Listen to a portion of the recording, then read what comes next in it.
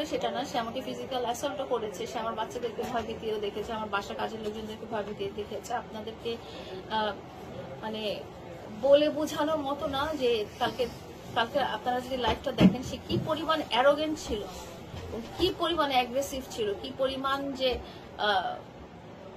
আমি এই জিনিস আমার আসলে মানে আমি ট্রমাটাইজ হয়ে আছি।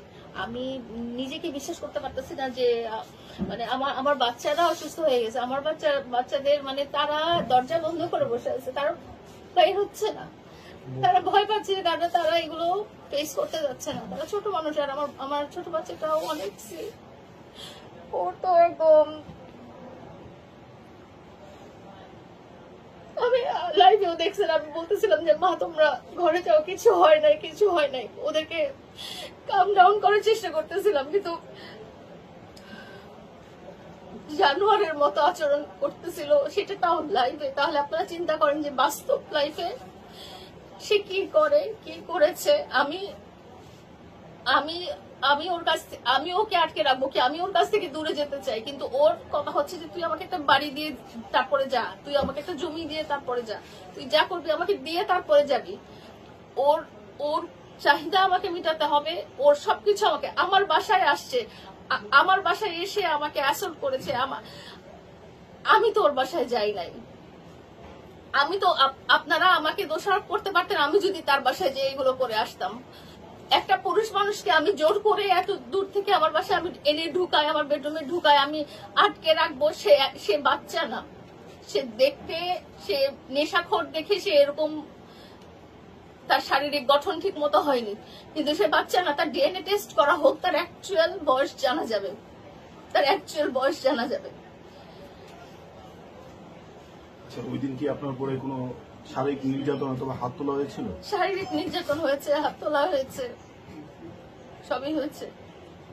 আমরা দেখলাম যে গতকাল আপনি একটা বাডারা থানায় একটি মামলা আমি ক্যান্টনমেন্ট থানায় এই বিষয়ে আমার পরিবার থেকে যেহেতু বলেছে যে আমার বাসার ভিতরে এসে এগুলো করে গেছে, তো অবশ্যই আমার একটা সিকিউরিটি প্রিকশন নেওয়া দরকার, অবশ্যই আমার জিডি করা দরকার। আমি ক্যান্টনমেন্ট থানায় আমি জিডি করতে দিয়েছি। কি কি অভিযোগে অভিযুক্ত করেছেন? ওই যেটাই, যে আমার বাসায় ঢুকে অনধিকার প্রবেশ করে আমাকে ফিজিক্যাল অ্যাসল্ট করেছে, আমাকে সে বলেছে যে তোমার, আপনারা তো জানেন যে আমরা তো একসাথে থাকতাম, আমার অনেক রকম ছবি ভিডিও আছে। সে বলেছে আমি এইগুলো সামাজিক যোগাযোগ মাধ্যমে ছড়িয়ে দিব, এগুলো আমি পাবলিশ করে দেব। এগুলোর চেয়ে বড় কথা হচ্ছে যে আমি তো আমার জানের ভয় করতেছি এখন। সে আমার বাসার ভিতরে ঢুকে আমাকে, হ্যাঁ, অনধিকার প্রবেশ, মানে আমাকে বলে আসেনি। আপনারা তো ওর যদি মোবাইল ট্র্যাক করেন, আপনারা যদি এলাকার সিসিটিভি ফুটেজ ট্র্যাক করেন, আপনারা দেখবেন নিজেই ঢুকেছে, কেউ ওকে নিয়ে আসেনি। আমার ফোন আমি কালকে দেখেছিলাম, ডিজিটাল খবরকে দেখেছিলাম আমার ফোনে, যে আমি খালি বলেছি যে তুমি জুম্মার নামাজটা পড়ে তুমি গাঁজা খাচ্ছ। নামাজ পড়ে সে মসজিদ থেকেও বের হয় না, মসজিদের সামনে তার গাড়িতে বসে সে গাঁজা খাচ্ছে, মদ খাচ্ছে। সেইটার সময় সে আমাকে একটা ভিডিও কল দিয়েছে। আমি শুধু বলেছি যে তুমি জুম্মার নামাজ পড়ে তুমি মদ খাচ্ছ, গাঁজা খাচ্ছ, তোমার আর এর চেয়ে খারাপ আর কি হতে পারে। তো আসলে সোশ্যাল মিডিয়াতে যেটা দেখানো হয়, রিয়েল লাইফটা ওরকম না। রিয়েল লাইফটা ডিফারেন্ট। রিয়েল লাইফে ও মানুষের কাতারে পড়ে না। আপনারা যদি বলেন যে তুই মামলা করেছিস কেন, দুটা মামলা হয়েছে আপনারা জানেন। একটা অ্যাটেম্পট টু মার্ডার, যেটা লাইভ ছিল, যেটা সাক্ষী ছাড়া দুনিয়াবাসী ছিল। আরেকটা ছিল যে সে আমার সাথে সম্পর্কে ডিনায়াল ব্যাপারটা, নারী শিশু মামলা।